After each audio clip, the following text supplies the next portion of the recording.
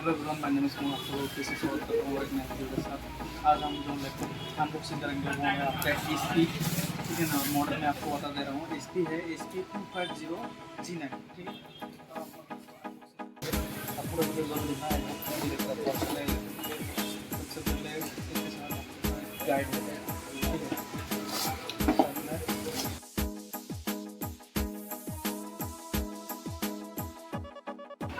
अभी आप एक बार इसका लुक्स देख सकते हैं, लुक्स और कॉन्फ़िगरेशन जो है, कॉन्फ़िगरेशन बहुत बढ़िया है इसका। डिस्प्ले साइज जो देखते हैं, डिस्प्ले साइज आपका फुल HD डिस्प्ले है, ठीक है ना। फुल HD आपका FHD डिस्प्ले है। और इसका जो ब्रांड है ये HP का लैपटॉप है।